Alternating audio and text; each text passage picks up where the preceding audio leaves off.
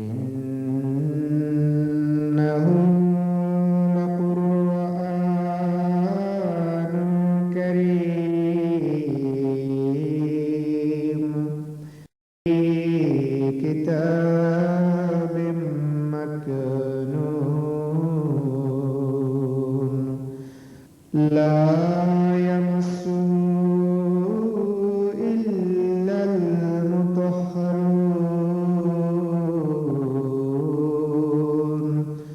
تنزيل من رب العالمين.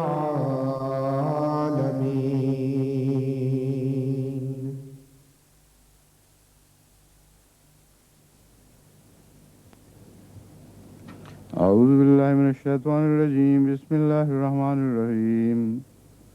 ود كثير من أهل الكتاب لا يردونكم من بعد إيمانكم كفارا حسدا من عند أنفسهم من بعد ما تبين لهم الحق فاعفوا واصفحوا حتى يأتي الله بأمره إن الله على كل شيء قدير. وأقيموا الصلاة وآتوا الزكاة وما تقدموا لأنفسكم من خير تجدوه عند الله إن الله بما تعملون بصير. وقالوا لن يدخل الجنة إلا من كان هودا أو نصارى تلك أمانيهم قل هاتوا برهانكم إن كنتم صادقين. بلى من أسلم وجهه لله وهو محسن فله أجره عند ربه ولا خوف عليهم ولا هم يحزنون. وقالت اليهود ليست النصارى على شيء وقالت النصارى ليست اليهود على شيء وهم يتلون الكتاب. وكذلك قال الذين لا يعلمون مثل قولهم فالله يحكم بينهم يوم القيامة فيما كانوا فيه يختلفون. ومن أظلم ممن منع مساجد الله أن يذكر فيها اسمه وسعى في خرابها أولئك ما كان لهم أن يدخلوها إلا خائفين لهم في الدنيا خزي ولهم في الآخرة عذاب عظيم. ولله المشرق والمغرب فأينما تولوا فثم وجه الله إن الله واسع عليم. فأينما تولوا فثم وجه الله إن الله واسع عليم. وقالوا اتخذ الله ولدا سبحانه بل له ما في السماوات والأرض كل له قانتون. بديع السماوات والأرض وإذا قضى أمرا فإنما يقول له كن فيكون. وقال الذين لا يعلمون لولا يكلمنا الله أو تأتينا آية كذلك قال الذين من قبلهم مثل قولهم تشابهت قلوبهم قد بينا الآيات لقوم يوقنون. إنا أرسلناك بالحق بشيرا ونذيرا ولا تسأل عن أصحاب الجحيم. ولن ترضى عنك اليهود ولا النصارى حتى تتبع ملتهم قل إن هدى الله هو الهدى ولئن اتبعت أهواءهم بعد الذي جاءك من العلم ما لك من الله من ولي ولا نصير. الذين آتيناهم الكتاب يتلونه حق تلاوته أولئك يؤمنون به ومن يكفر به فأولئك هم الخاسرون.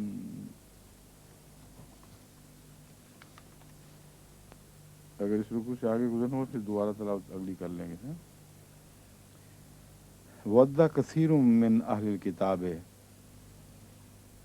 ودّا ویسے تو ماضی کا صیغہ ہے، چاہا ترجمہ ہے اس کا، اور اگر بعد میں جمع بھی آئے تو واحد کا صیغہ عربی میں استعمال ہو جاتا ہے.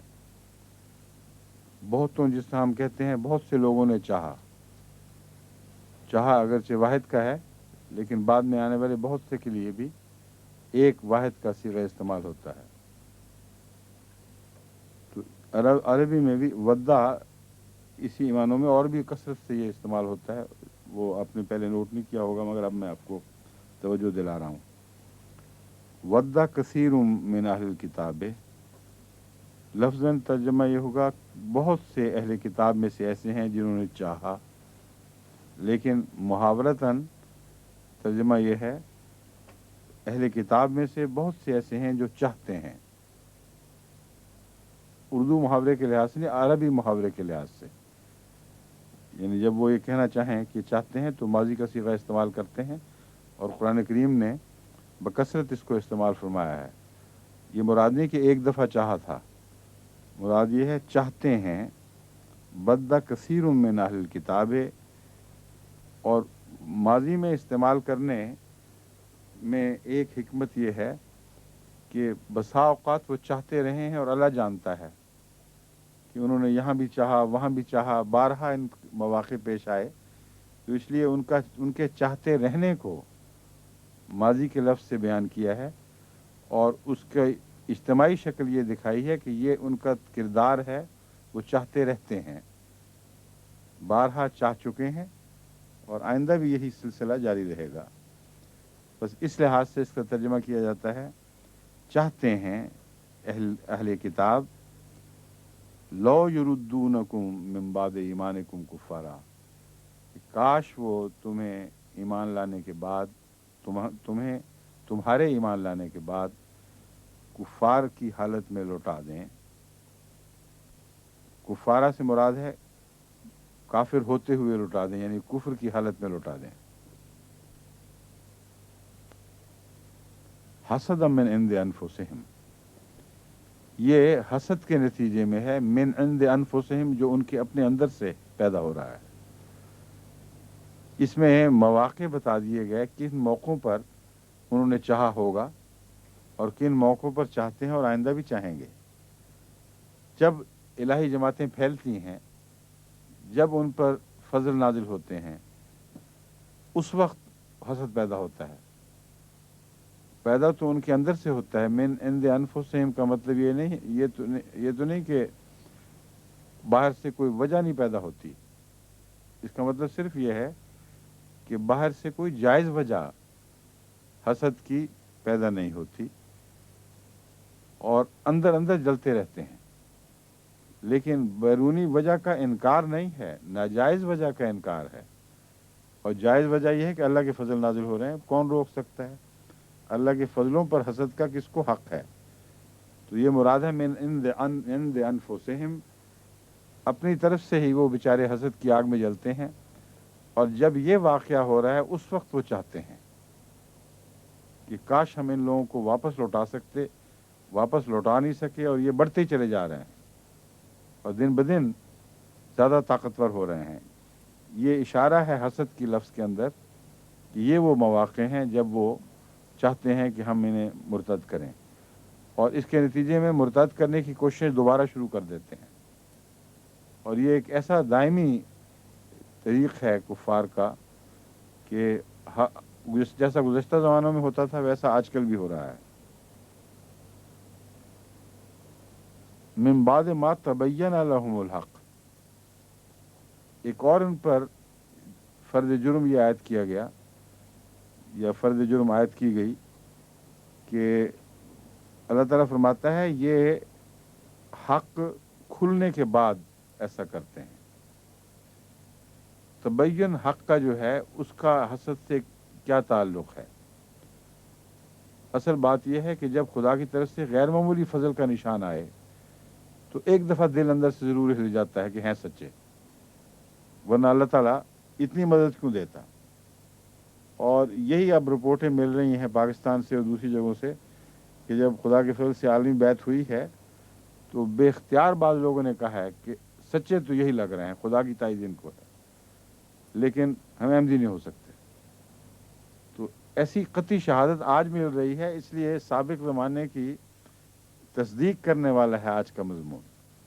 مصدق لما بین یدیہ جو والا مضمون ہے وہ ہم پر اپنے تجربے سے کھل رہا ہے، ہمیشہ یہی ہوتا رہا ہے، اب بھی یہی ہو رہا ہے، اور تبین ہوتا ہے، ان پر نظر آ جاتے ہیں نشان، دیکھتے ہیں، ایک دفعہ دل دہل جاتا ہے، پھر اسی رٹ پر دوبارہ چل پڑتے ہیں۔ فاعفو وصفحو، فرماتا ہے ان سے عفو کا سلوک فرما اور ان سے درگزر کر، ایک طرف منہ کر لے، اعراض کر لے۔ یہ نصیحت خاص طور پر آج کل جماعت احمدیہ کے لیے بہت موزوں ہے، کیونکہ اب خط آج کی ڈاک میں بھی کثرت سے خط ہے، بڑی سخت گالیاں دے رہے ہیں آج کل۔ تو اللہ تعالیٰ فرماتا ہے کہ ان کو سزا پہلے ہی ملی ہوئی ہے بیچاروں کو، گالیاں تو اس سزا کے نتیجے میں دے رہے ہیں جو مل چکی ہے، اس لیے حوصلہ کرو، ان کو تو مار پڑی ہے تو بولے ہیں، ایسی شدید تکلیف ہوئی ہے تبین الحق کے نتیجے میں، یہ اس کے ساتھ تعلق ہے اس کا۔ حضرت صلی اللہ علیہ وسلم کے زمانے میں جب تبین ہوتا تھا، ایک روشنی کی نئی لہر دوڑتی تھی تو مخالفتیں بڑھتی تھیں، اور مخالفتیں بڑھنے کے نتیجے میں جو گند بکتے تھے، قرآن فرما رہا ہے کہ تبین حق تمہارے حق میں ہوا ہے، تمہارے پر خدا کے فضل کے نتیجے میں ہوا ہے، اس لیے ان کو جو مار پڑی ہے اس لیے تب بول رہے ہیں فاعفو، ان سے معافی کا کر، چھوڑ پڑے، ان کو تو چوٹ پڑ چکی ہے، انہوں نے تو کرنا ہی کرنا تھا، اور اعراض کر، بے وجہ ان کے سامنے جواب دینے کے لیے نہ جاؤ، ان سے لڑو نہیں، ان کو کوئی موقع نہ دو کہ یہ مقابلے پر تمہارے مقابل پہ آنے کی وجہ سے اور زیادہ مشتعل ہوں، یہ حکمت بھی اس تعلیم میں ہے۔ عفو کے بعد اعراض جو فرمایا ہے تو مراد ہے ایسی حالت میں جب کہ تمہیں کامیابیاں نصیب ہوں اور یہ مشتعل ہوئے ہوں تو بے وجہ ان لوگوں میں گھسنا، ان کو یاد دلانا، ان کو رب ان کرنا اور ان کی گالیوں کے جواب کی کوشش کرنا، یہ ٹھیک نہیں ہے، یہ حکمت عملی کے خلاف ہے۔ فرماتا ہے وصفہ حتی یاتی اللہ بامرہ، اللہ تو اپنی ایک تقدیر ظاہر کرنے والا ہے، اس تقدیر کے ظہور سے پہلے تمہیں کیا ضرورت ہے خام خواہ اپنے آپ کو مشکلات میں ڈالتے ہو اور ان سے بے وجہ ٹکریں دیتے ہو؟ تم ترقی کرتے رہو، اپنے حال میں مست رہو، اور ان کے گند بکنے کا کوئی مقابل پہ جواب نہ دو، یہاں تک کہ اللہ تعالیٰ نے اپنا جو امر ظاہر فرمانا ہے وہ تو ضرور فرمائے گا، اور جو وہ ظاہر فرما دے گا، امر میں حکومت بھی ہوتی ہے، اور امر میں ایک غیر معمولی تقدیر کا فیصلہ بھی مراد ہوتی ہے، تو لفظ امر بڑا وسیع ہے۔ یہاں اللہ تعالیٰ نے جس تقدیر کا فیصلہ فرما رکھا ہے، جب وہ وہاں اس وقت تک صبر کرو، اس وقت تک اعراض کرو جب تک خدا تعالیٰ کی وہ خاص تقدیر ظاہر نہیں ہو جاتی، اور امر ہی میں مراد یہ ہے کہ اللہ تعالیٰ تمہارے لیے طاقت لے کر نہیں جب تک آتا، یعنی امر تمہیں ضرور ملے گا اور اللہ تمہارے لیے یہ امر لے کے آئے گا، جب امر تمہارے ہاتھ میں چلا جائے گا تو پھر یہ ان باتوں ان لوگوں کو ضرورت ہی کوئی نہیں ہوتی، اس وقت پھر ان کی زبانیں بند ہو جاتی ہیں۔ ان اللہ علی کل شیء قدیر، حضرت صلی اللہ علیہ وسلم کے زمانے میں جب یہ ان آیات کا نزول ہوا ہے تو بظاہر یہ ناممکن بات تھی کہ اللہ تعالیٰ اس طرح شان و شوکت کے ساتھ امر عطا فرما دے، لیکن چند سال کے اندر دیکھتے دیکھتے اللہ تعالیٰ نے امر عطا فرمایا اور سارے عرب پر واضح کھلا کھلا امر عطا فرما دیا. تو یہ اسی کی طرف اشارہ کر کے اللہ فرماتا ہے ان اللہ علی کل شیء قدیر، ان اللہ یقیناً اللہ تعالی علی کل شیء قدیر ہر چیز پر قادر ہے. ہر چیز پر قادر ہے کے متعلق یاد رکھیں کہ اس پر مستشرقین میں سے بھی بعض نے، مگر زیادہ تر آریوں نے اعتراض کیے ہوئے ہیں اور بہت مذاق اڑائے ہوئے ہیں، اور اس کو نہ سمجھنے کے نتیجے میں بعض مسلمان فرقوں کے درمیان بھی نہایت بیہودہ بحثیں چل پڑی ہیں. یعنی یہ جو دیوبندی فرقے کے لوگ ہیں انہوں نے یہاں تک تشدد کیا اس معاملے میں کہ جب اللہ کہتا ہے کہ ہر چیز پر قادر ہے تو اللہ تعالیٰ جھوٹ پر بھی قادر ہے، چوری پر بھی قادر ہے، اور اس کے مقابل پر دوسروں نے کہا کہ بالکل بکواس ہے، یہ تو خدا تعالیٰ پر تہمت ہے. پھر یہ آپس میں ان کی بڑی بڑی بحثیں چلی ہیں. بعض دفعہ یہ باقاعدہ ریڑوں پر کتابیں لا کر تو ایسے مناظرے کیا کرتے تھے کہ اللہ تعالیٰ اس چیز پر قادر ہے کہ نہیں، اس چیز پر قادر ہے کہ نہیں.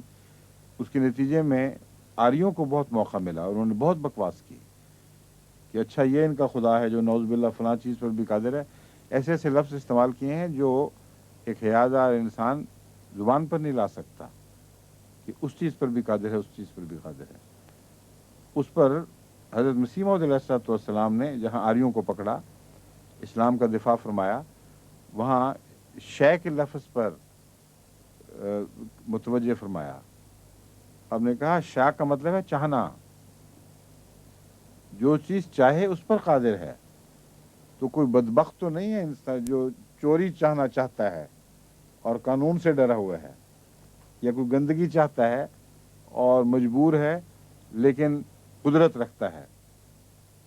اللہ تعالیٰ اپنی پاکی کی وجہ سے سوائے پاک چیز کے کچھ چاہ ہی نہیں سکتا، چاہتا ہے ہی نہیں، یوں کہہ دیں آپ.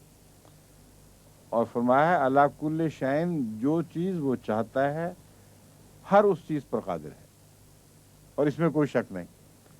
بس عربی زبان میں جو لفظ شے میں اس مسئلے کی چابی رکھی ہوئی تھی، جس کو حضرت مسیح موعود علیہ السلام نے آریوں سے مناظروں کے دوران اور بعض دفعہ عیسائیوں سے مناظروں کے درمیان بڑی قوت کے ساتھ استعمال فرمایا ہے. بس ان اللہ علی کل شیء قدیر کا مطلب یہ ترجمہ ہر چیز پر قادر ہے یہ درست نہیں ہے. یعنی درست ان معنوں میں تو ہے کہ شے اس کے لیے بھی استعمال ہوتی ہے، غلط نہیں کہہ سکتے، مگر اگر ہم اپنے ترجمے میں مفہوم بھی داخل کر دیا کریں تو یہ جو میں نے اس لیے کہا ہے، جو میں نے ترجمہ اب کیا تھا اس میں بھی چیز لکھا گیا ہے غلطی سے.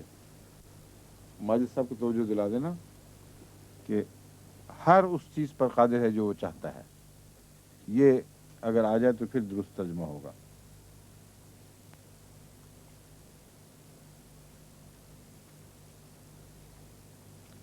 وَأَقِیمُوا الصَّلَاةَ وَآتُوا الزَّکَاةَ، اور تم نماز کو قائم کرو.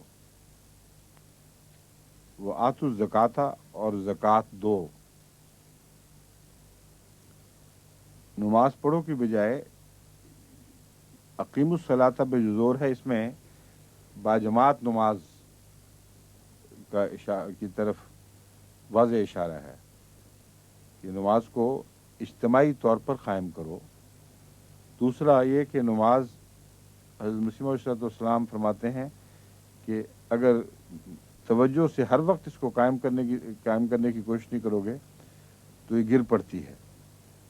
اور گر پڑتی ہے کا مطلب یہ ہے کہ تمہاری نماز قائم نہیں رہتی. ویسے نماز تو خود نہیں گرتی، نماز قائم کرنے کے لیے بنائی گئی ہے، لیکن اگر خیال بہک جائیں، بار بار دوسری طرف توجہ منتقل ہو جائے تو تمہاری نماز گر گئی، اور وہ تمہیں کیسے اٹھائے گی؟ پھر وہی نماز اٹھانے کے قابل ہوتی ہے اور طاقت رکھتی ہے جو کھڑی ہو، وہ تمہیں بھی کھڑا کرے گی، لیکن اسے کھڑا کرنے کے لیے تمہیں جد و جہد کی ضرورت ہے، اور اس کے لیے خاص توجہ اور بار بار معنی پر غور کر کے کلمات کو ادا کرنا ضروری ہے.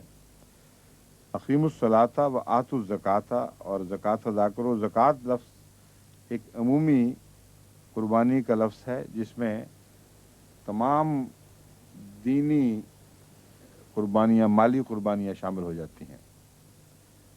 جو دینی کاموں پر خرچ کے لیے خصوصیت سے اجتماع کو دی جائیں یا نظام جماعت کو دی جائیں یا نظام دین کو دی جائیں اور اس ذریعے سے خرچ کی جائیں، ان کو زکوٰۃ کہتے ہیں۔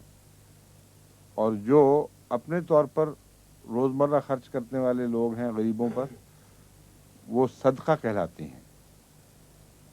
صدقہ نظام جماعت کے ذریعے بھی خرچ کیا جا سکتا ہے اور ذاتی طور پر بھی، لیکن زکوٰۃ ذاتی طور پر نہیں خرچ ہو سکتی، لازم ہے کہ وہ بیت المال میں جمع کرائی جائے۔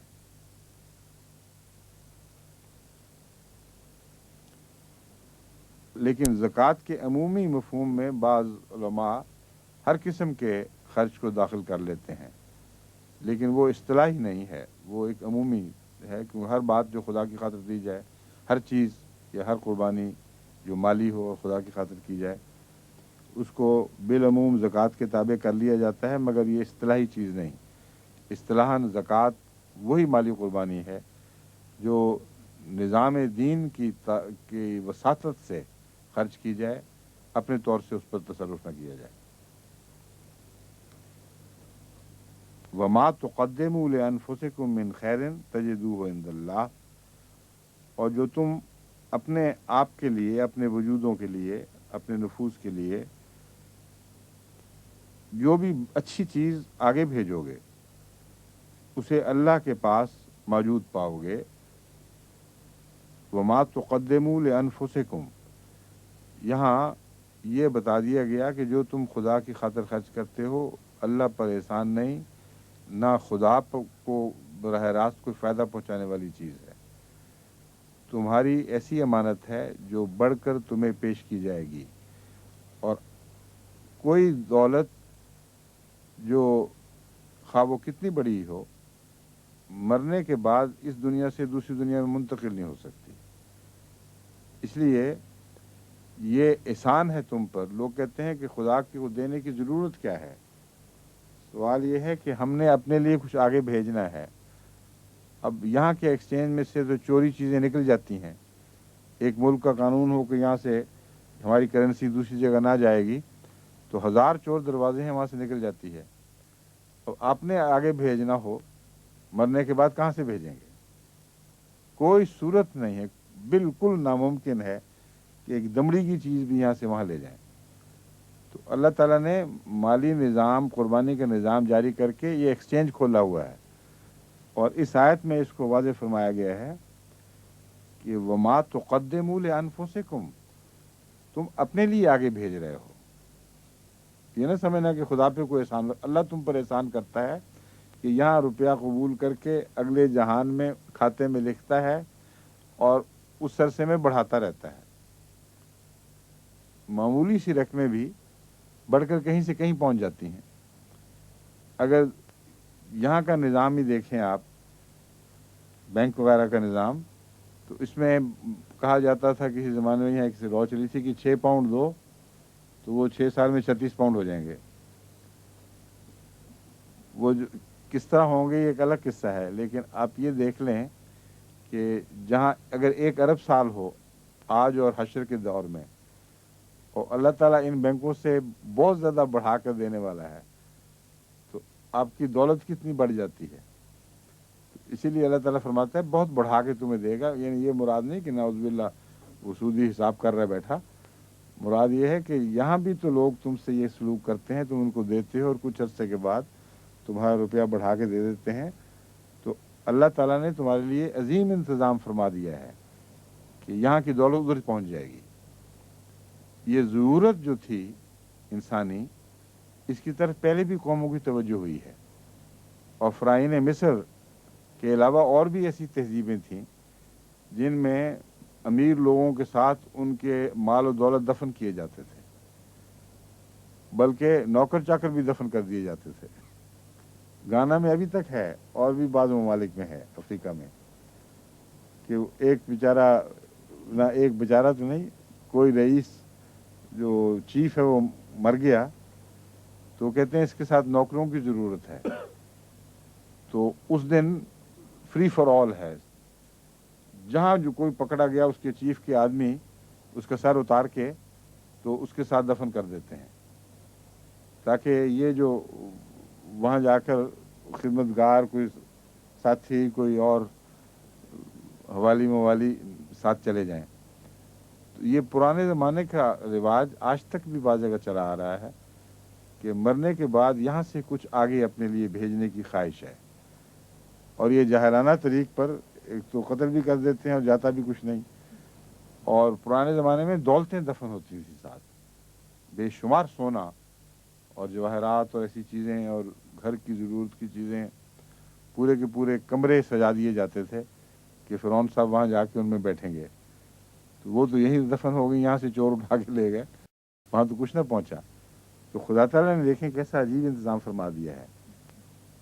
یہ وہی کر سکتا ہے جو یہاں بھی ہو اور وہاں بھی ہو، یہاں لے تو وہاں پہنچائے نا۔ یہ دو ہاتھ جو دنیا اور عقبہ دونوں میں ہیں، یہ خدا کے ہاتھ ہیں، اس کے سوا کسی کے ہاتھ نہیں۔ تو کیسا اعلیٰ نظام مقرر فرما دیا، کہتا ہے یہ زکوٰۃ دیتے تو ہو اپنے لیے، اور تمہارا حساب ہم نے آگے منتقل کیا، وہاں ضرور دیکھو گے کہ ایک ایک پائی کا حساب موجود ہوگا۔ ان اللہ بما تعملون بصیر، اس میں مالی قربانی کے سوا اعمال کا بھی ذکر آ گیا ہے، اس کی وضاحت مزید فرما دی ہے کہ عبادت کے قیام اور زکوٰۃ دونوں کا ذکر فرمایا تھا۔ تو یہ نہ سمجھنا کہ تم جو خرچ کرتے ہو صرف وہی آگے پاؤ گے، وہ سارے نیک اعمال جو کسی قسم کی جزا چاہتے ہوں، جس پر خدا تعالیٰ کی خوشنودی حاصل ہو رہی ہو، وہ بھی تمہارے بینک اکاؤنٹ میں قیامت کے دن داخل کی جائے گی۔ فرمایا ان اللہ بما تعملون بصیر، یہ نہ سمجھنا کہ کوئی چھوٹی سی چھوٹی نیکی بھی تمہاری اس دنیا میں رہ جائے گی، بلکہ اللہ تعالیٰ ہر چیز پر باریک نظر رکھ رہا ہے۔ اور اس میں دوسری طرف کا منفی اشارہ بھی آ گیا کہ چونکہ تمہارے اعمال سے واقف ہے، اور ظاہر جو خرچ کا ہے وہ اصل میں خدا کے نزدیک کوئی حقیقت نہیں رکھتا، اس لیے اگر مالی قربانی میں تمہاری بدنیتیں شامل ہوئیں، ریاکاریاں شامل ہو گئیں، یا دوسری قربانیوں میں کھوٹ آ گئے، تو خدا کی چونکہ نظر ہے، اس لیے وہ حساب منتقل نہیں ہوگا، وہ یہیں تمہیں مل جائے گا۔ تو منتقل وہ ہوگا جہاں سزا دی جائے یا جزا دی جائے۔ تو سزا کی طرف بھی اشارہ ہو گیا ہے کہ اگر کوئی گند کیے تو یہ نہ سمجھنا کہ وہ اچھی چیزیں بن کے جائیں گی، مال گندا ہی رہے گا، اور تمہیں فائدہ اسی کا پہنچے گا جو صاف دل اور پاک نیت سے تم نیکی بجا لاؤ گے۔ وَقَالُوا لَن يَدْخُلَ الْجَنَّةَ إِلَّا مَنْ كَانَ هُودًا أَوْ نَصَارَىٰ، یہ اللہ تعالیٰ نے ایک عام اصول بیان کیا، کتنا معقول ہے۔ جو شخص بھی ایسا کرے اللہ رضا حاصل کرے گا اور جنت میں اس کے بدلے ملیں گے۔ ان جاہلوں کا جو اہل کتاب بگڑے تو عقیدہ یہ بن گیا، وَقَالُوا لَن يَدْخُلَ الْجَنَّةَ، انہوں نے کہا، یا دوسری جیسا کہ میں نے تشریح کی تھی، وہ کہتے ہیں، وہ یہ کہتے ہیں کہ ہرگز اللہ تعالیٰ جنت میں داخل نہیں فرمائے گا الا من کان ہودن اور نصارا، سوائے اس کے کہ وہ یہودی ہو یا نصرانی ہو، یعنی اہل کتاب میں سے ہونا لازم ہے، اس سے باہر خدا نے کسی کے لیے بخشش کا کوئی سامان نہیں فرمایا۔ اور دین اسی ملک، اسی قوم، انہی قبائل کے لیے محدود ہو گیا، بس جو بھی یہودی نہ بن سکا یا نصرانی نہیں بن سکا وہ ہمیشہ کے لیے جہنمی ہے۔ تِلْکَ أَمَانِیُّهُمْ، اللہ تعالیٰ فرماتا ہے یہ ان کی خواہشات ہی ہیں، بس وشفل تھنکنگ جس کو انگریزی میں کہتے ہیں، امانی اس کو کہتے ہیں، کہ بیوقوف اپنے جنت الحمقاء میں بس رہے ہیں، بیوقوفوں والی خوابیں دیکھ رہے ہیں، اس کا کوئی بھی حقیقت سے تعلق نہیں۔ قُلْ ہاتوا برہانکم ان کنتم صادقین، قل تو کہہ دے، ہاتو میں نے لے آؤ، برہانکم اپنی برہان کہتے ہیں دلیل قطعی قوی دلیل کو، بس اپنی کوئی قوی دلیل تو لاؤ، ان کنتم صادقین، اگر تم سچے ہو۔ صادقین جمع ہے صادق کی، اور ان کنتم صادقین میں کنتم کی وجہ سے صادقون کی بجائے صادقین کہا گیا ہے۔ یہ ابھی آپ کو پڑھایا نہیں، اس لیے سر دست اتنا ہی کافی ہے۔ اگر تم صادقون ہو کی بجائے اگر تم صادقین ہو کہا گیا ہے، کیونکہ کانا کا اثر ہے اس کے اوپر۔ بلا من اسلم وجہہ للہ وہو محسن۔ اب وہ پہلی بات کی بہت کھل کر وضاحت فرما دی گئی، کوئی شک کی گنجائش نہیں رہنے دی گئی کہ جزا کس بات کی ہوگی، کون ہے جو جزا پائے گا، کون ہے جو جزا سے محروم ہوگا۔ من اسلم وجہہ للہ، شرط یہ ہے، خبردار بلا، شرط یہ ہے کہ جس نے اپنا چہرہ یا اپنی توجہ خدا کے سپرد کر دی، جو خدا کے حضور ایسا جھک گیا کہ اسی کا ہو گیا، سپردگی جس کو کہتے ہیں، وہ اسلمہ کے لفظ میں بیان فرمائی گئی۔ تو من اسلمہ، جس نے اپنے آپ کو سپرد کر دیا، وجہ اپنے توجہ کو، وجہ چہرے کو کہتے ہیں، اور چہرہ جس طرف توجہ اس طرف مڑتا ہے، اس لیے عربی زبان میں چہرہ توجہ کے لیے استعمال ہوا ہے، اور قرآن کریم میں اللہ تعالیٰ کے لیے جہاں بھی وجہ کا لفظ استعمال ہے وہاں توجہ ہی کے معنوں میں ہے۔ تو فرماتا ہے بلا من اسلم وجہہ اپنا چہرہ جس نے بھی اللہ کے لیے خالص کر دیا، اس کے سپرد کر دیا، وہو محسن، اور پھر اچھے کام کر دکھائے، وہ محسن بھی ہے، ساتھ اچھے اچھے کام کرتا ہے۔ فلہو اجرہ عند ربہ، یعنی صرف اللہ کی طرف منہ کر کے خاموش بیٹھے نہیں رہنا، پھر کچھ احسان بھی کرو، کچھ اچھے کام بھی کر کے دکھاؤ۔ اس صورت میں کیا ہوگا؟ فلہو اجرہ عند ربہ، ایسی صورت میں فلہو، پس اس کے لیے ہے، اجرہ اس کا اجر، عند ربہ، عند میں نے پاس، ربہ اس کے رب کے پاس، پس فا کہتے ہیں پس کو، پس اس شخص، ایسے شخص کے لیے، اس کے لیے لہو اجرہ اس کا اجر ہے، عند پاس، رب ہی اس کے رب کے، ولا خوف علیہم ولا هم یحزنون، ایسے لوگوں پر کوئی خوف نہیں ہے، کسی ڈرنے کی ضرورت نہیں ہے، اور کسی کھوئی ہوئی چیز کا غم کرنے کی ضرورت نہیں ہے۔ جب دنیا میں لوگ یہاں چیزیں چھوڑ کر جاتے ہیں تو کئی دفعہ بہت غم کرتے ہیں کہ سب کچھ رہ گیا، یہاں کچھ بھی ساتھ نہیں لے جا سکتے، خاص طور پر جو قومیں جو حیات آخرت کی قائل نہ ہوں، وہ مرتے وقت بڑی بے قراری کرتی ہیں کہ سب کچھ گیا، بس جب کچھ سب کچھ کمایا، سب کچھ یہیں رہ گیا، کچھ بھی کام نہ آیا۔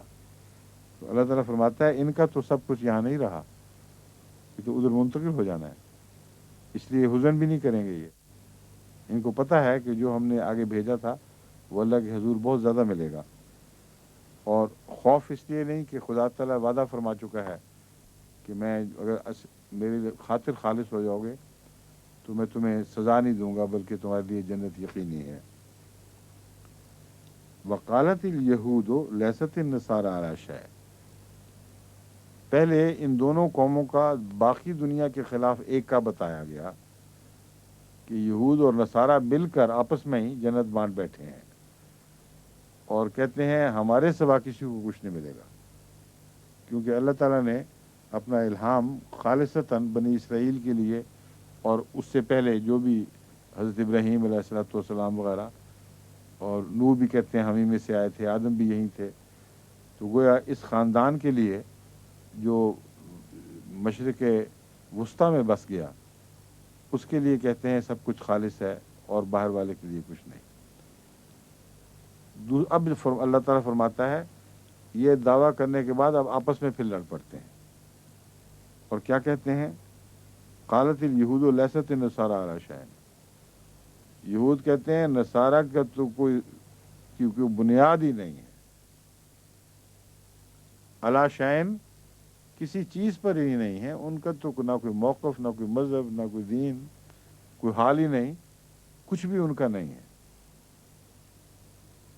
وقالت نصارى لیست اليہود علی شین، اور نصارہ کہتے ہیں کہ یہود کسی بھی حق پر قائم نہیں رہے۔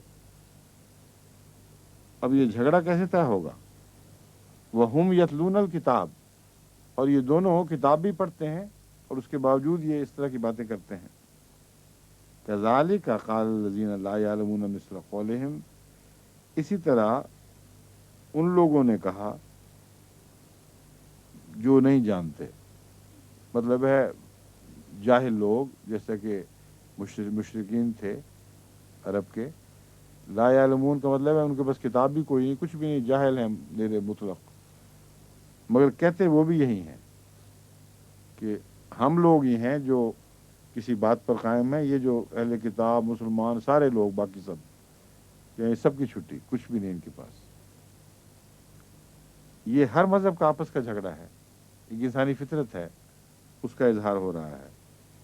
فاللہ یحکم بینہم یوم القیامت، بس اللہ ہی ہے یحکم بینہم، جو بینہم ان کے درمیان، یحکم فیصلہ صادر فرمائے گا، یوم القیامت، قیامت کے دن،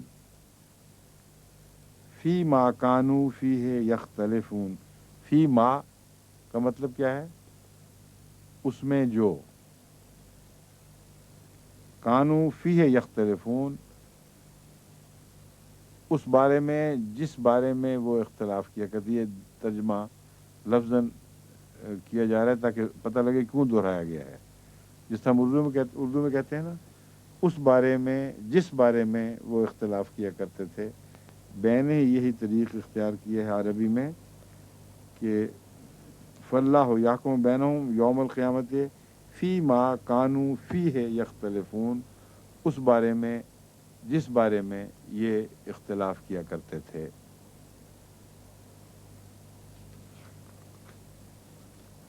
لیکن اگر اس اختلاف کا فیصلہ کسی ملک کی ہائی کورٹ سے سپریم کورٹ سے یہیں کر دیں، پھر اللہ کیا کرے گا؟ یہ مشکل پڑ جائے گی اللہ اس طرح توجہ نہیں گئی ان کی، قرآن کریم میں توجہ دلائی ہے لیکن ان کی توجہ نہیں گئی کہ ہم کیوں مشکل میں ڈالیں اللہ کو بیچارے کو۔ ہم نے سارے آخری قطعی فیصلے یہیں عدالتوں میں، اسمبلیوں میں، سپریم کورٹ تک کر دیے ہیں، اور جنگ اخبار نے سرخیاں بھی لگا دی ہیں، تو اب اللہ کے لیے کام کیا ہے باقی رہے گا قیامت کے دن کرنے کے لیے؟ بیٹھا دیکھتا رہے گا کہ اچھا جی یہ فیصلہ تو صادر ہو گیا، باقیوں کی باتیں آپ کرتے ہیں۔ وَمَنْ أَظْلَمُ مِمَّنْ مَنَعَ مَسَاجِدَ اللَّهِ، ان کا جھوٹا ہونا، ان کی بدبختی اس بات سے ثابت ہوگی اس دنیا میں بھی۔ وَمَنْ أَظْلَمُ، اس سے زیادہ ظالم ہو کون سکتا ہے؟ ان لوگوں کو اگر یہ امید ہو کہ قیامت کے دن ان کا فیصلہ بھی ملتوی ہوگا اور وہاں شاید سچے نکلیں، تو یہ امید تو خدا نے کاٹ دی۔ جو مسجدوں کی بربادی کا فیصلہ کے لیے کوشش کرتا ہے، وہ تو اسی دنیا میں اعلان ہو رہا ہے خدا کی طرف سے، اس سے زیادہ ظالم کوئی نہیں ہو سکتا، کیونکہ وہ بندے اور خدا کے درمیان حائل ہو رہا ہے، اس مقصد کے درمیان حائل ہو رہا ہے جس کی خاطر ان جن و انس کو پیدا کیا گیا تھا۔ اس لیے ان کو مرنے کے بعد کے انتظار کی ضرورت نہیں ہے، ان کا فیصلہ صادر ہم ابھی کر رہے ہیں۔ وَمَنْ أَظْلَمُ، کون ہے اس سے زیادہ ظالم، ممن منع مساجد اللہ ان یذکر فیہا اسمہ، جس نے مساجد سے روکا ہے کہ ان میں اللہ کا ذکر ادا کیا جائے، وسعی فی خرابہا، اور ان کو اجاڑنے کی کوشش کرتے ہیں۔ بعض دفعہ جب پاکستان حکومت سے یہ باہر کی حکومتیں پوچھتی ہیں تو جو پہلے زمانے میں بھی اس قسم کے جواب ملتے تھے، ابھی بھی ان کو جواب مولوی دے دیتے ہیں کہ جی ہم نے ان کو عبادت سے تو نہیں روکا، گھر بیٹھ کے جو مرضی کریں، لیکن پبلک میں نہیں کر سکتے، مسجد میں نہیں کر سکتے، ہم تو یہ کہتے ہیں صرف۔ تو یہی قرآن کہہ رہا ہے کہ جن کو یہ تکلیف ہوتی ہے کہ مسجد میں جا کے عبادت کرتے ہیں اور یہ ہم برداشت نہیں کر سکتے، اللہ فرماتا ہے میں برداشت نہیں کر سکتا کہ تم یہ خباثت کرو، اس لیے تمہارے سب سے زیادہ ظالم ہونے کا فتویٰ دیتا ہوں۔ اولئک ما کان لہم، خرابہا کا مطلب اس کے اجاڑنے کا یا اس مسجد کو منہدم کر کے اس کو ملیا میٹ کرنے کا مضمون بھی خراب کے اندر داخل ہے۔ جب یہ پرانے قلعے اجڑ جاتے ہیں تو ان کو خرابہ کہا جاتا ہے، کھنڈرات کو خرابہ کہا جاتا ہے۔ بس مراد یہ ہے کہ وہ مسجدوں کو کھنڈر بنانے والے لوگ اور مسجدوں کو بے آباد کرنے والے لوگ سب سے زیادہ ظالم ہیں۔ اولئک ما کان لہم ان یدخلوها الا خائفین، ان کو تو زیبا نہیں تھا کہ ڈرتے ہوئے قدم رکھنے کی بجائے خدا کی عبادت کے لیے مخصوص جگہوں میں داخل ہوتے۔ جب بھی وہ داخل ہوتے خدا کا خوف کھاتے کہ کس کا گھر ہے، اس لیے وہاں بےہودہ سرائی کرنا، شور مچانا، اس پر حملے کرنا، اس سے نمازیوں کو روکنا، اس کو ویسے اکھاڑ کر برباد کر دینا، یہ سارے کام ایسے ہیں جن کو اللہ تعالیٰ اس میں رد فرما رہا ہے۔ لہم فی الدنیا خزی، میں نے بتایا تھا نا کہ یہ فیصلہ دنیا میں صادر ہو رہا ہے، آخرت کے والے فیصلے سے علاوہ مضمون شروع ہوا ہے۔ اس کا ثبوت ابھی آخر پہ دیکھ لیں کیسا قطعی موجود ہے۔ فرمایا لہم فی الدنیا خزی، ان کو انتظار کی ضرورت نہیں ہے لمبے کی، دنیا میں بھی ان کو ذلت اور رسوائی کی سزا ضرور پہنچے گی۔ وَلَهُمْ فِي الْآخِرَةِ عَذَابٌ عَظِيمٌ، اور آخرت میں تو بہت بڑا عذاب مقدر ہے، اس حصے سے ان کی کوئی کمی نہیں کی جائے گی، وہ یہ فکر نہیں ہونی چاہیے کہ یہاں مل گیا تو آخر میں شاید کمی ہو جائے۔ آخر کا بڑا عذاب تو ہے ہی، اس دنیا میں بھی ان کو رسوائی اور ذلت نصیب ہوگی، کئی طریق سے ہوتی ہے۔ اب بعض لوگوں کی طرف سے اطلاعیں مل رہی ہیں کہ یہ جو واقعہ ہوا مسجد میں، اس میں شریف اگرچہ کھلا بازاروں میں تو نہیں آ سکے، لیکن نہایت تذلیل کے ساتھ ملا کا ذکر کر رہے ہیں۔ یہ قوم ہی بڑی خبیث ہے، یہ آپس میں لڑانے والے، مسجدیں اجاڑنے والے لوگ، تو لان تان ان پر ابھی شروع ہوئی ہے، لیکن یہ جمع ہوتی رہتی ہے، اس کا جو درجہ ہے اونچا ہوتا چلا جاتا ہے، یہاں تک کہ جب لبالب ہو پھر یہ چھلک پڑتا ہے، پھر عمومی رسوائی کے دن آتے ہیں۔ جیسا کہ اس سے پہلے جو مسجد شہید گنج کا قصہ ہوا تھا، تو یہی احراری جو ہماری مسجدیں اجاڑنے والے ہیں، انہوں نے خود اپنی مسجد بھی اجاڑ دی تھی، بڑی لان تان ہوئی تھی ان پر۔ تو رسوائی سے مراد یہ ہے کہ شرفاء میں احساس پیدا ہو جاتا ہے، اور یہ لوگ پھر کسی عزت کے مقام کو نہیں پہنچتے۔ جب مسجدوں کے پیچھے پڑتے ہیں تو پھر اس دنیا میں بھی ان کو ذلت کا منہ دیکھنا پڑتا ہے۔ جہاں تک کسی مسجد کے اجاڑنے کا تعلق ہے، فرمایا تم نقصان تو نہیں پہنچا سکو گے، وَلِلَّهِ الْمَشْرِقُ وَالْمَغْرِبُ، تم کس چیز پر قابض ہوگے؟ مشرق بھی خدا کی ہے، مغرب بھی خدا کی ہے، جہاں بھی تم پہنچو گے وہاں اپنے بندوں کے لیے خدا موجود ہے۔ جس مسجد کی طرف سے بھی منہ ان کا پھیرو گے، ہر طرف جہاں یہ لوگ جائیں گے خدا وہیں ہوگا، یعنی خدا ان کے ساتھ ساتھ پھرے گا، ہر جگہ ان کو دکھائی دے گا۔ اس لیے مسجدوں سے محروم کر کے تم خدا سے آری نہیں کر سکتے، بلکہ خدا زیادہ شان سے حاضر ہو جائے گا۔ حضرت گرو بابا نانک کے متعلق ایک سکھ دعویٰ کرتے ہیں کہ وہ خانہ کعبہ میں کعبے کی طرف ٹانگ کر کے بیٹھے ہوئے تھے، اور کسی نے سختی سے ان کو روکا کہ ٹانگ ادھر کرو۔ جب ٹانگ ادھر کی تو خانہ کعبہ ادھر ہو گیا۔ اب یہ سکھ پیش کرتے رہتے ہیں، مجھ سے بھی پوچھتے ہیں بعض احمدی قادیان سے اس کا کیا جواب ہے۔ ان کو میں سمجھاتا ہوں اس کے دو جواب ہیں، یا تو یہ کشفی نظارہ ہے اور یہی مضمون ہے، فَأَيْنَمَا تَوَلُّوا فَثَمَّ وَجْهُ اللَّهِ، تم جدھر بھی جاؤ خانہ کعبہ ادھر ہی ہوگا، یعنی خدا کا رخ، خدا کا چہرہ ادھر ہی دیکھو گے.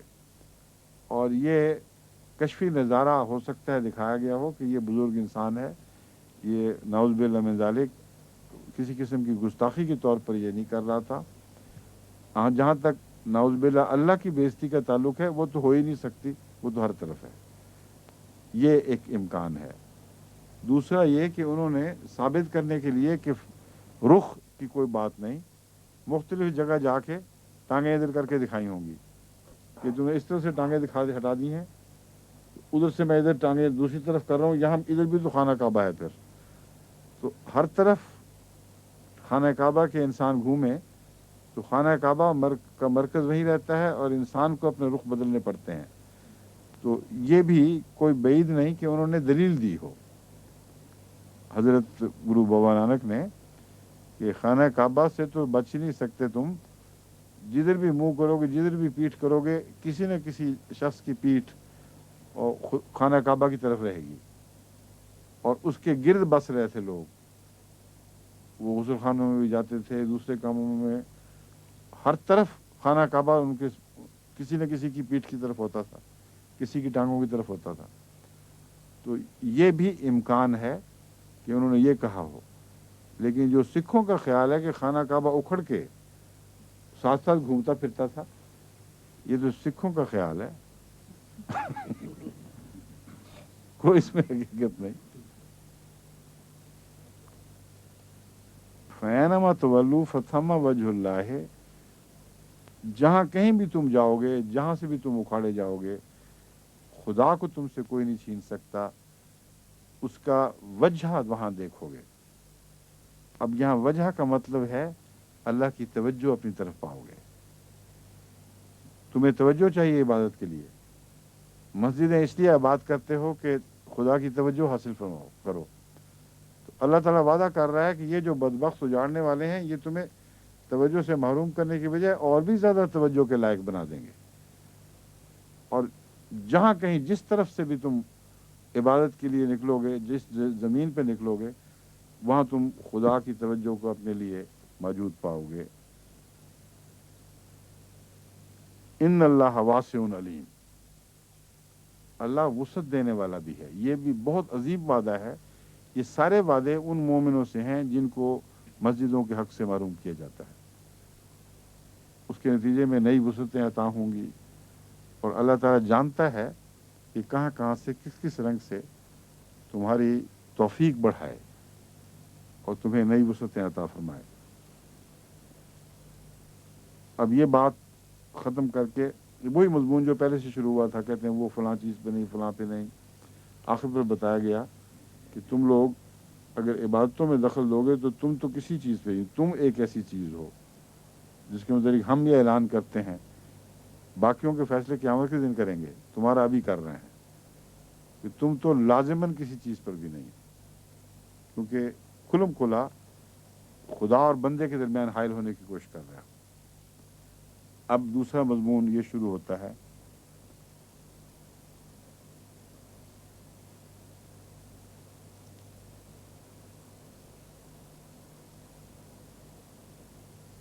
فَأَيْنَمَا تَوَلُّوا فَثَمَّ، ہو چکا ہے نا. اینما تولو، میں بھی بتاتا ہوں.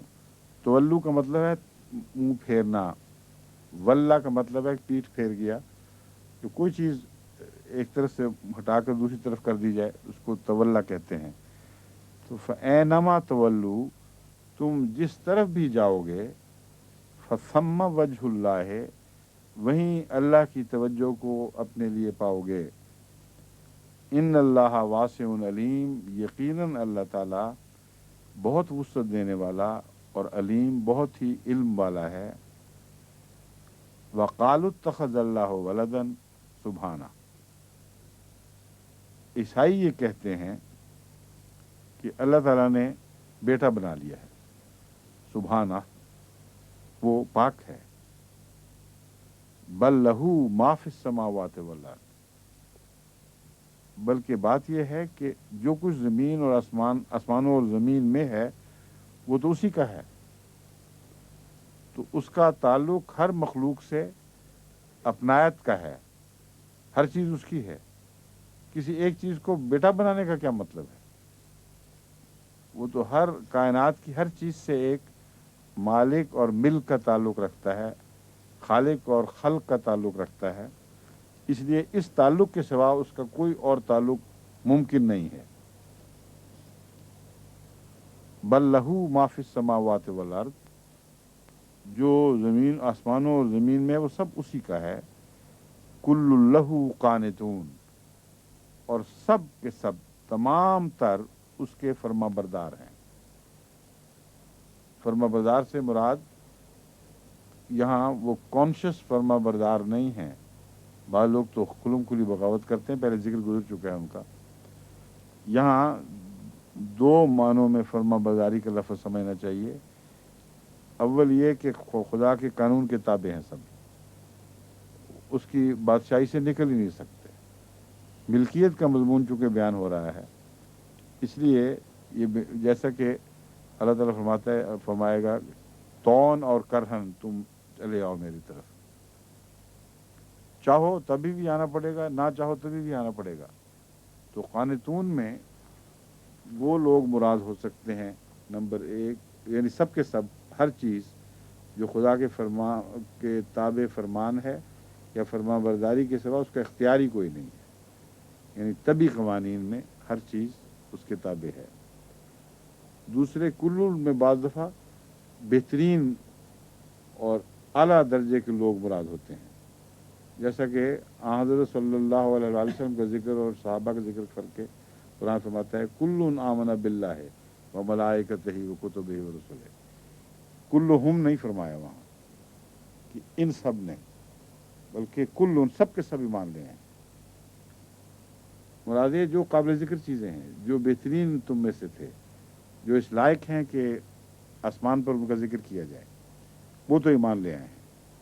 پیچھے جو رہ گیا وہ قابل ذکر لوگ نہیں۔ حضرت مسیح موعود علیہ السلام نے بھی ان معنوں میں جب عربوں کو خط لکھے تبلیغی، تو اس میں یہی فرمایا کہ سارے ایمان لے ہیں، جو پیچھے رہند خون جس کو پنجابی میں کہتے ہیں بس وہ رہ گیا ہے۔ مطلب یہ نہیں تھا کہ آئندہ اب ایمان نہیں لائیں گے، سب گندے ہو گئے ہیں۔ یہ مضمون سمجھنا چاہیے، یہ قرآنی محاورہ ہی ہے، اسی کی مطابق میں اس کو مسیح علیہ السلام نے اپنے حالات پر چسپاں فرمایا ہے کہ جو خدا کی نظر میں یہ مرتبہ حاصل کرتے چلے جاتے ہیں کہ اللہ انہیں لے آئے دین کی طرف، ان کو وہ لاتا چلا جاتا ہے، اور وہ جب تک باقی نہیں آتے وہ کلن میں داخل نہیں، لیکن رد بھی نہیں ہوئے ابھی۔ لیکن اگر تم نے کلن میں آنا ہے تو ایمان کے رستے کے بغیر کوئی صورت نہیں ہے۔ یہ دروازہ کھلے گا تو خدا کے حضور ان کل میں آ جاؤ گے جو ایمان لائے ہیں، اگر نہیں کھولے گا تو پھر تم باہر بیٹھے رہ جاؤ گے۔ تو یہ وہ مضمون ہے جو بہنیں یہاں بھی بیان ہو رہا ہے۔ کل لہو قانتون، یعنی اگر ہم عبادت کے معنی لیں اور جھکنا تبن اور اپنی صحیح فطرت ہونے کی وجہ سے، تو ظاہر بات ہے کہ نہ فرعون ابو جہل ایمان لایا تھا، نہ عتبہ نہ شیبہ، تو کلن کیوں خدا نے فرما دیا؟ تو مراد یہی ہے کہ ہر وہ نفس انسان، ہر وہ وجود جو خدا کے نزدیک شمار کے لائق ہے، وہ تو ایمان لیا، وہ تو جھک گیا ہے یا جھک جائے گا، دونوں معنی اس میں آ جاتے ہیں۔ جو باقی ہیں وہ پھر اس قابل ہی نہیں کہ وہ کل میں شمار ہوں۔ بدیع السماوات والارض، سماوات آسمانوں کی جمع، سما کی جمع سماوات، اور ارض زمین کو کہتے ہیں، سب جانتے ہیں۔ بدیع السماوات ہے زمین اور آسمان کا پہلی بار پیدا کرنے والا۔ خلق اور بدع میں ایک فرق ہے۔ جب کہتے ہیں خالق تو جتنی بھی تبدیلیاں پیدا ہو رہی ہیں اور ان تبدیلیوں کے نتیجے میں نئی چیزیں پیدا ہو رہی ہیں، ان کو خلق کہتے ہیں۔ جیسا کہ قل اعوذ برب الفلق من شر ما خلق ومن شر غاسق اذا وقب، اس میں سب تفصیل میں جانے کی ضرورت نہیں، میں درس میں کھول چکا ہوں بات کو۔ ہر چیز جو پہلے سے موجود ہے مگر ایک نئی شکل میں ظاہر ہوتی ہے، وہ خلق ہے۔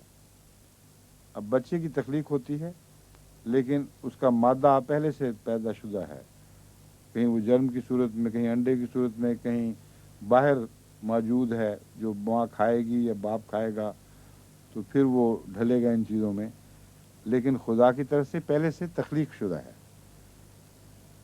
یعنی پیدا شدہ ہے۔